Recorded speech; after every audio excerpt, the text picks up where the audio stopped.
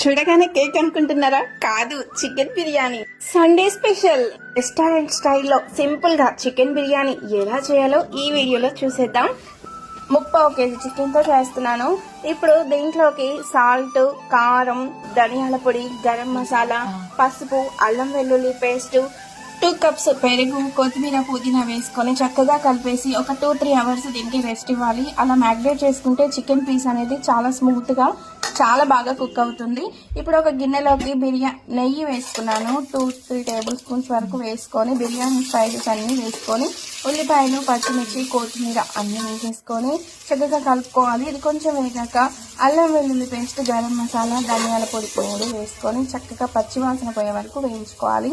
ఇప్పుడు దాంట్లోకి రుచికి సరిపడా సాల్ట్ వేసుకొని మనం మ్యాగ్నేట్ చేసి పెట్టుకున్న చికెన్ వేసుకోవాలి. కారం ఒకవేళ స్పైసీ కావాలనుకుంటే కొంచెం యాడ్ చేసుకోండి. ఇప్పుడు రైస్ 30 కేజీ తీసుకున్నాను. దాంట్లోకి బిర్యానీ స్పైసెస్ అన్ని వేసేసుకొని కొత్తిమీర, పుదీనా వేసుకొని చక్కగా ఉడికించుకోవాలి. ఇప్పుడు చికెన్ చూడండి చక్కగా ఉడికింది. దాంట్లోకి కొత్తిమీర, పుదీనా వేసుకొని ఒక 70% ఉడికిన రైస్ ని చూడండి కొంచెం పలుకుగా ఉంది.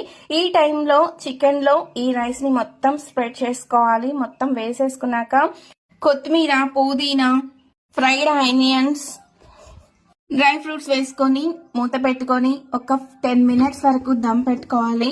చూడండి రైస్ కి ఎలాంటి గంజి అనేది తడి అనేది లేకుండా ఉన్నప్పుడు స్టవ్ ఆఫ్ చేసుకొని ఒక 5 మినిట్స్ అలా వదిలేయండి.